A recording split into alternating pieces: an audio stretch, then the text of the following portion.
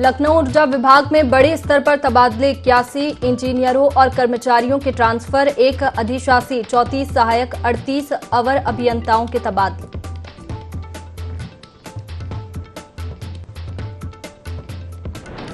कौशाम्बी में किसान के खेत में मिला मुगलकालीन खजाना, प्रशासन ने दी पुरातत्व विभाग को जानकारी, सिक्कों को 2 युवक लेकर हुए फरार।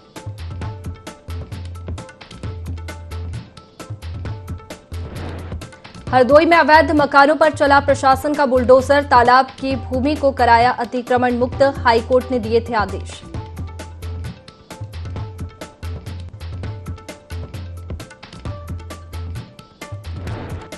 सुल्तानपुर में फर्जी कंपनियों पर पुलिस का छापा, एक आरोपी को किया गिरफ्तार, नकली हार्पिक, हेयर ऑयल सहित कई सामान बरामद।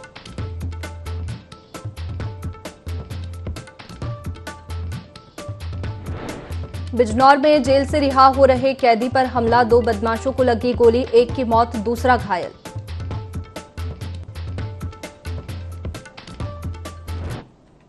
नमस्कार, आप देख रहे हैं यूपी लाइव। मैं हूं आपके साथ में वैष्णवी। खबरों की शुरुआत करेंगे लखनऊ से, जहां पूर्व सीएम अखिलेश यादव का जन्मदिन आज मनाया जा रहा है। मुख्यमंत्री योगी आदित्यनाथ ने जन्मदिन की बधाई दी है। प्रभु श्री राम से आपके उत्तम स्वास्थ्य की कामना है। तो देखिए, पूर्व सीएम अखिलेश यादव का जन्मदिन मन रहा है और मुख्यमंत्री योगी आदित्यनाथ ने बधाई दी है।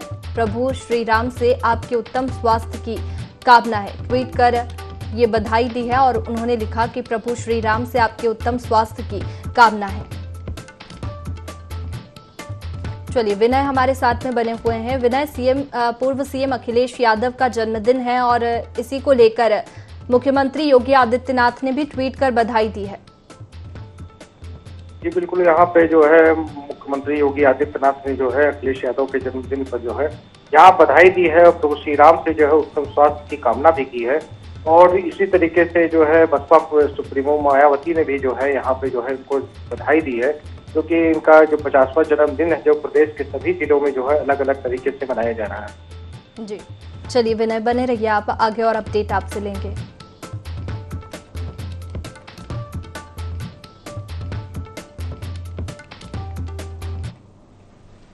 आगे बढ़ते हैं लखनऊ से खबर, जहां बहुजन समाज पार्टी सुप्रीमो मायावती ने बधाई दी है। समाजवादी पार्टी मुखिया अखिलेश यादव को जन्मदिन की बधाई दी गई। बता दें, उनकी अच्छी सेहत के साथ ही लंबी उम्र की शुभकामनाएं दी है। तो बसपा सुप्रीमो मायावती ने बधाई दी है। तो समाजवादी पार्टी मुखिया अखिलेश यादव को जन्मदिन की बधाई दी है और उनकी अच्छी सेहत के साथ ही लंबी उम्र की शुभकामनाएं दी है।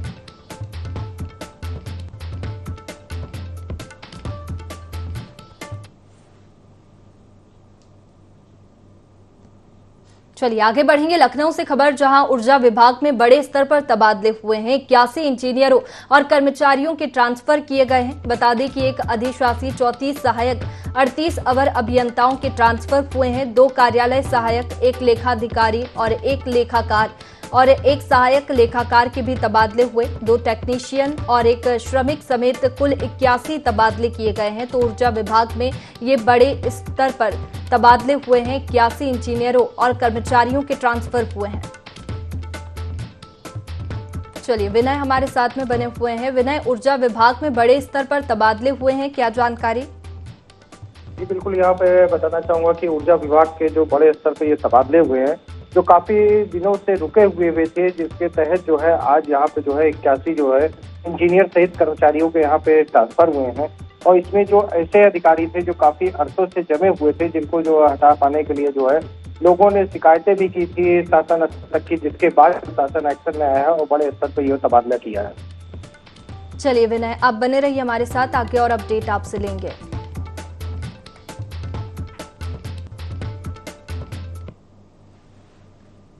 और आगे बढ़ते हैं कानपुर देहात से खबर, जहां तहसील परिसर में अमीन का शव मिला है। संदिग्ध परिस्थितियों में फंदे से लटका शव मिला। सरकारी आवास में पंखे से लटका हुआ अमीन का शव मिला। पुलिस ने शव को पोस्टमार्टम के लिए भेजा है।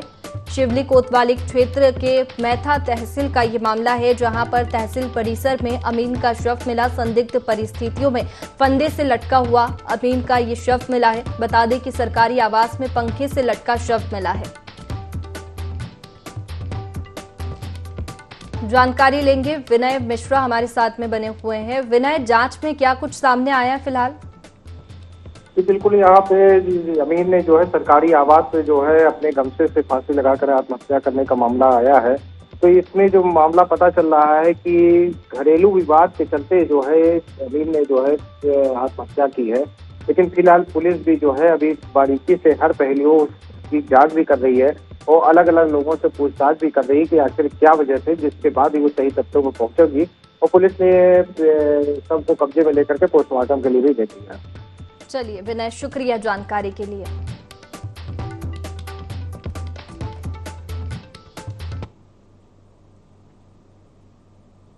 चलिए आगे बढ़ेंगे। गाजियाबाद में प्रेमिका से मिलने गए एक युवक की पीट कर हत्या कर दी गई।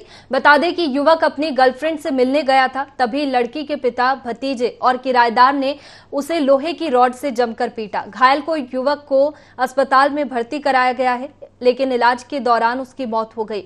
पुलिस ने पिता सहित 3 आरोपियों को गिरफ्तार कर लिया है। नाकोड़ा क्षेत्र के एक पीआरवी से सूचना प्राप्त हुई कि परवेज नामक एक 23 वर्षीय युवक जो कि मुस्तफाबाद लोनी का रहने वाला है, उसको वंदना विहार थाना कोड़ा क्षेत्र के अंतर्गत कुछ व्यक्तियों द्वारा चोरी के शक में पीटा गया है। पुलिस द्वारा जब सभी तथ्यों की गहनता से जानकारी की गई तो ये पाया गया कि वंदना विहार में रहने वाले 42 वर्षीय जिनकी बेटी से ये परवेज पूर्व से परिचित था, इनके द्वारा एवं इनके अन्य परिजनों के द्वारा परवेज को पीटा गया है। उसके बाद जब परवेज को अस्पताल ले जाया गया तो अस्पताल में डॉक्टरों द्वारा इसे मृत घोषित।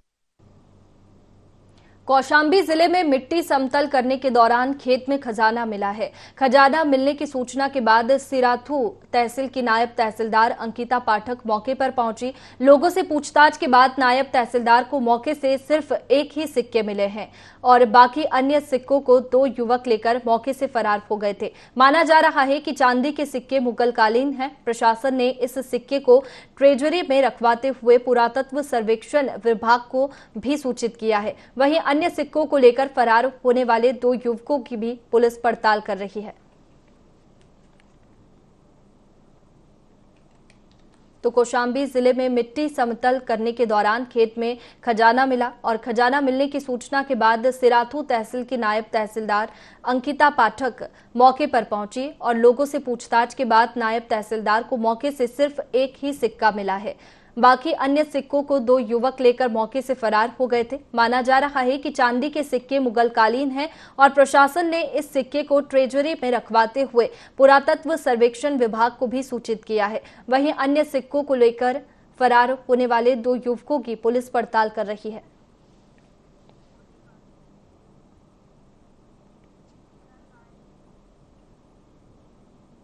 चलिए आगे बढ़ेंगे। बिजनौर के जेल से रिहा हो रहे बंदी पर कुछ बदमाशों ने हमला कर दिया। इस दौरान 2 हमलावरों को गोली लग गई, जिसमें से एक की मौके पर ही मौत हो गई, तो वहीं दूसरा हमलावर गंभीर रूप से घायल हो गया, जिसे पुलिस ने अस्पताल में भर्ती कराया है। फिलहाल पुलिस मामले की जांच में जुटी है। राजा नामक एक व्यक्ति की रिहाई हुई थी। उसको मारने के लिए 2 बदमाश मौके पर मौजूद जनपद पुलिस तथा कारागार पुलिस ने इनको पकड़ने का प्रयास किया। इस दौरान क्रॉस फायरिंग में रौनक की गोली उसके साथी विशाल को लगी, जिस कारण विशाल की मृत्यु हो गई। पुलिस ने मौके से रौनक को पकड़ लिया तथा राजन को भी सुरक्षित हिरासत में लिया। इन दोनों से पूछताछ जारी है। मौके पर 2 तमंचा पुलिस को मिले। डेड बॉडी को पुलिस ने कब्जे में लेकर पोस्टमार्टम हेतु मोर्चरी भेज दिया गया। इस घटना में हमारे 2 बहादुर साथी जिला कारागार के हवलदार रंजीत सिंह तथा जनपद पुलिस के कांस्टेबल राजीव दोनों घायल हुए। दोनों का जिला कारागार में उपचार चल रहा है। दोनों सुरक्षित हैं, खतरे से बाहर हैं। मुजफ्फरनगर में एक युवक ने पहले पत्नी को गोली मारी, फिर खुद को गोली मारकर आत्महत्या कर ली। बताया जा रहा है कि युवक अपनी शादी से नाखुश था। दोनों के बीच झगड़ा भी हुआ था, जिसके बाद युवक अपनी पत्नी को लेकर मौसेरे भाई सद्दाम के गांव गादला पहुंचा, जहां गांव के बाहर युवक ने पत्नी को गोली और बाद में खुद को गोली मारकर आत्महत्या कर ली। फिलहाल पुलिस मामले की जांच में जुट गई है।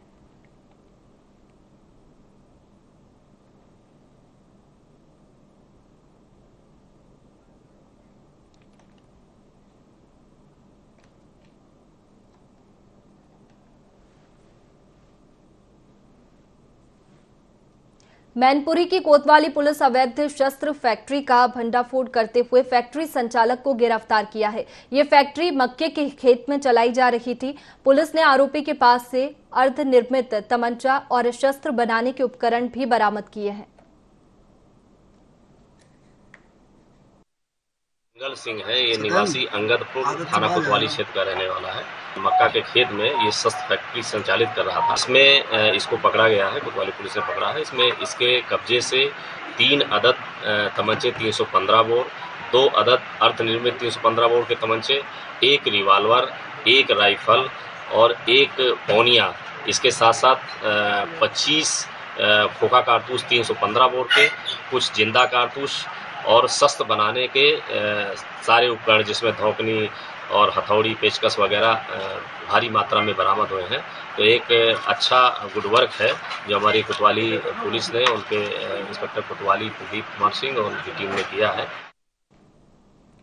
आगे बढ़ते हैं। मिर्जापुर में ब्रह्मपुत्र मेल ट्रेन की एसी खराब होने पर यात्रियों ने जमकर हंगामा किया। दरअसल ब्रह्मपुत्र मेल डिब्रूगढ़ से नई दिल्ली अप लाइन पर जा रही थी। इस बीच ट्रेन की एसी खराब हो गई, जिसके बाद यात्रियों ने चेन पुलिंग कर ट्रेन को रोका और हंगामा किया। यात्रियों के हंगामा करने पर रेलवे जीआरपी और आरपीएफ के अधिकारी मौके पर पहुंचे। वहीं यात्रियों को समझाकर हंगामा बंद कराया और मिस्त्री बुलाकर एसी को ठीक कराया। इसके बाद ट्रेन को आगे के लिए रवाना किया गया।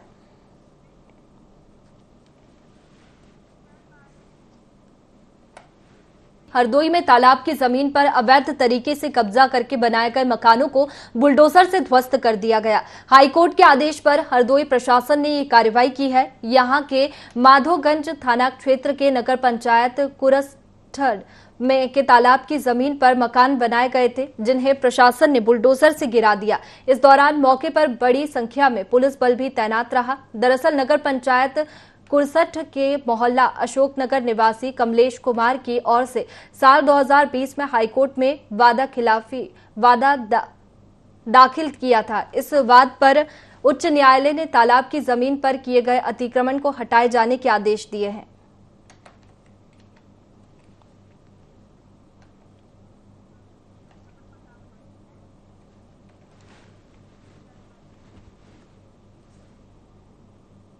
उत्तर प्रदेश में सरकार के निर्देश पर लगातार अतिक्रमण करने वालों के खिलाफ अभियान चलाया जा रहा है। इसी क्रम में मैनपुरी कोतवाली क्षेत्र के सिरसागंज रोड स्थित नगला दौलत में एसडीएम की ओर से अवैध अतिक्रमण करने वालों का घर पर बुलडोजर चला। एसडीएम सदर ने बताया कि हम लोगों की ओर से पहले ही अतिक्रमण हटाने का अल्टीमेटम दे दिया गया था, लेकिन आज 12 दिन बाद हम लोगों की ओर से कार्रवाई करते हुए जिन लोगों ने घर के बाहर अतिक्रमण कर रखा था उसको हटाने का काम किया है और जिन लोगों ने 1-2 दिन का समय मांगा है उनको समय दिया गया है। अगर वह स्वयं से अतिक्रमण नहीं हटाते तो फिर से बुलडोजर चलाया जाएगा।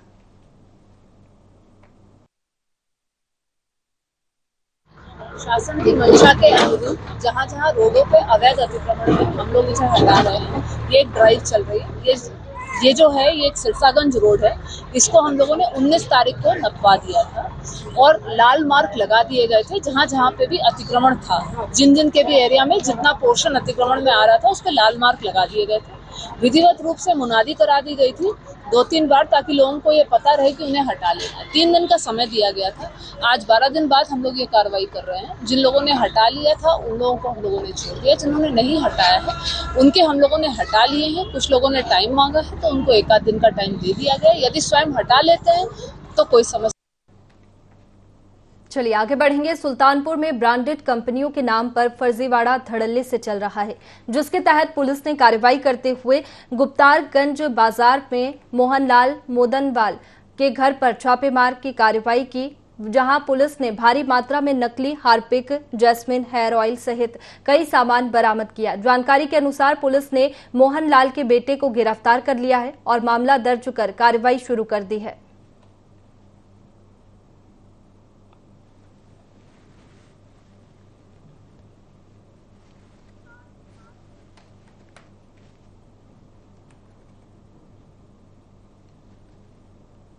चलिए आगे बढ़ते हैं। झांसी के सिपरी बाजार थाने के पास रहने वाले एक व्यक्ति का शव थाना कोतवाली के रानी महल के पास से मिला है, जिसके बाद से व्यक्ति के परिजन व्यक्ति के पत्नी पर हत्या का आरोप लगा रहे हैं। हालांकि मृतक के पत्नी का कहना है कि उन पर जो भी आरोप लगाए जा रहे हैं वह गलत है। वहीं एसपी सिटी ज्ञानेंद्र कुमार ने बताया कि मृतक शराब पीने का आदी था, जिस वजह से घर में झगड़ा होने पर उसने जहरीला पदार्थ खा लिया। 4-5 दिन हो गया, रात भर गाड़ी आते थे, 2-2 बजे तक जगह जगह के गाड़ी आते थे। बच्चों के सामने गाली देते, मेरी माँ को गाली देते, मेरे बाप को गाली आते थे। 21 तारीख को मेरे पिताजी आ गए, उसी रात इन्होंने बहुत गालियां दी मुझे, लात दिखा दिखा के मारा के तेरा गला दबा दूंगा। कार में विशाल पांडे की डेड बॉडी मिली थी। सूचना पर पुलिस मौके पर पहुंची। जांच पड़ताल में प्रथम दृष्टया प्रतीत हुआ कि इनके द्वारा कोई पॉइजन लिया गया है। पंचायतनामा पोस्टमार्टम की कार्रवाई कराई जा रही है। विशाल पांडे के घर वालों की तहरीर पर जांच पड़ताल की जा रही है और जांच से और पोस्टमार्टम से जो तथ्य प्रकाश में आएंगे उसके आधार पर अग्रिम वैधानिक कार्रवाई की जाएगी। शराब पीने के आदी थी, जिसको लेकर के इनकी पत्नी से इनका झगड़ा हुआ करता था और इसी को लेकर के कल इन्होंने कोई पॉइजनियस पदार्थ खा लिया है, जिससे इनकी मृत्यु हुई है। बुलंदशहर में मामूली बात को लेकर दो पक्षों में कहासुनी हो गई, जिसके बाद मौके पर पहुंची पुलिस ने एक पक्ष के युवक पर 3rd डिग्री की कार्रवाई की। वहीं युवक का आरोप है कि पुलिस ने 3rd डिग्री देने के साथ ही उसके साथ अभद्रता भी की। जानकारी के मुताबिक बताया जा रहा है कि पुलिस ने दूसरे पक्ष से सांठगांठ कर युवक के साथ बेरहमी से मारपीट की है। फिलहाल पीड़ित युवक ने इंसाफ की गुहार लगाई है।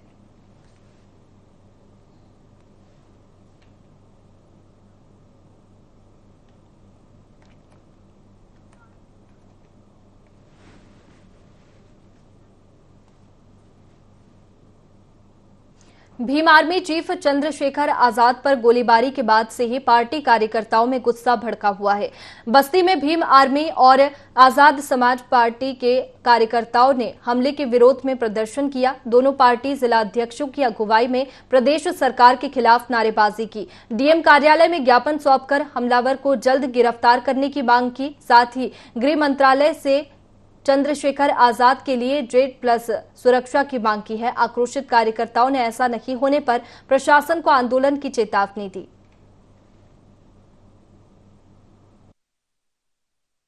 सरकार शोषित वंचित मजलूमों की जो बुलंद आवाज है भाई एडवोकेट चंद्रशेखर आजाद, उनके ऊपर हर तरह से उत्पीड़न करने का प्रयास करती है। इसके पहले भी जैसे आज मांग पत्र दिया गया है कि भाई एडवोकेट चंद्रशेखर आजाद जी को JAD+ सुरक्षा दिया जाना चाहिए, लेकिन ये प्रशासन की नाकामी है, शासन की नाकामी है कि भाई एडवोकेट चंद्रशेखर आजाद जी को कोई सुरक्षा। खबर गाजीपुर से है, जहां बढ़ईपुर ग्राम सभा में 2 किशोरों की चाकू मारकर हत्या कर दी गई। घटना की जानकारी मिलते ही तत्काल पुलिस के अधिकारी मौके पर पहुंचे और घटना की छानबीन करने में जुट गए। ग्राम प्रधान का पुत्र अपनी रिश्तेदारी में आए हुए एक युवक के साथ गांव से ही कुछ दूर पर शौच करने के लिए गया हुआ था कि तभी पहले से घात लगाए कुछ युवकों ने इसी दरमियान पहले ग्राम प्रधान के पुत्र पर चाकू से हमला कर मौत के घाट उतार दिया और उसके बाद रिश्तेदारी में आए हुए युवक को भी चाकू मारकर उसकी हत्या कर दी। प्राप्त हुई थी कि बढ़ईपुर गांव में एक घटना हुई है जिसमें 2 लोग मृत हुए हैं।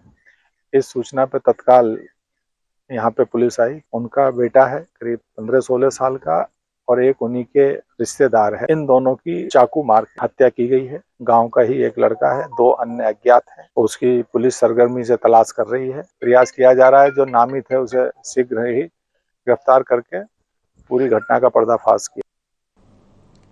झांसी के मौरानीपुर में पुलिस का बेहद ही असंवेदनशील चेहरा सामने आया है, जिसमें पुलिस पर 10 साल के बच्चे को प्रताड़ित करने का आरोप है। पीड़ित बच्चे ने अपनी फरियाद पुलिस के अफसरों से की है। बच्चे ने अपनी फरियाद में बताया कि 2 पुलिसकर्मी उसके घर सम्मान देने आए थे और घर पर कोई बड़ा बुजुर्ग नहीं था, तो उन्होंने धमकाते हुए उसकी दुकान से पैसे व गुटके उठा लिए और परिवार के साथ उसे भी जेल भेजने की धमकी दी। बच्चे की शिकायत पर सीओ मौरानीपुर मामले की जांच कर रहे हैं।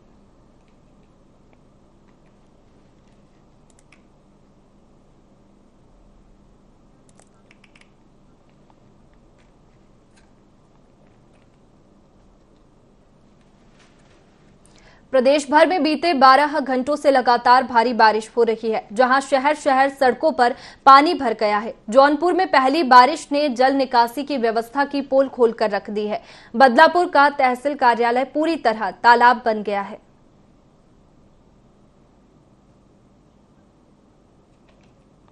तो देखिए, प्रदेश भर में बीते 12 घंटों से लगातार भारी बारिश देखने को मिल रही है, जहां शहर शहर सड़कों पर पानी भर गया है। जौनपुर में पहली बारिश ने जल निकासी की व्यवस्था की पोल खोलकर रख दी है। बदलापुर का तहसील कार्यालय भी पूरी तरह से तालाब बन गया है, जिससे न्यायिक कार्य रुक गए हैं। तो जिस तरीके से बारिश हो रही है और 12 घंटों से लगातार भारी बारिश हो रही है और शहर शहर सड़कों पर पानी भर गया है। जौनपुर में पहली बारिश ने जल निकासी की व्यवस्था की पोल खोलकर रख दी। बता दें कि बदलापुर का तहसील कार्यालय पूरी तरह से तालाब बन चुका है, जिससे न्यायिक कार्य भी रुक गए हैं।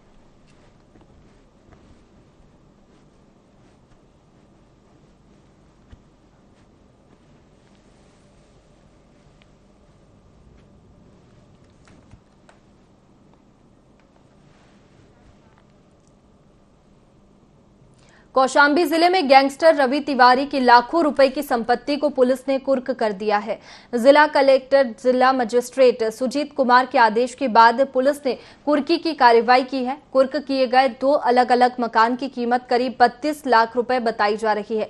मंझनपुर कोतवाली क्षेत्र के कादीपुर और सराय अकील क्षेत्र में ये कार्रवाई की गई। सीओ सदर अभिषेक सिंह ने बताया कि मादक पदार्थ की तस्करी किए जाने के आरोप में पहले मुकदमा दर्ज किया गया था, जिसके 2 आरोपियों पर गैंगस्टर एक्ट लगाया गया है। जिला मजिस्ट्रेट के आदेश पर अपराध से अर्जित की गई 2 आरोपियों के अलग अलग मकान को कुर्क कर दिया गया है, जिसमें एक अभियुक्त की मकान की कीमत करीब 28 लाख है, जबकि दूसरे अभियुक्त के मकान की कीमत करीब 4 लाख रुपए है।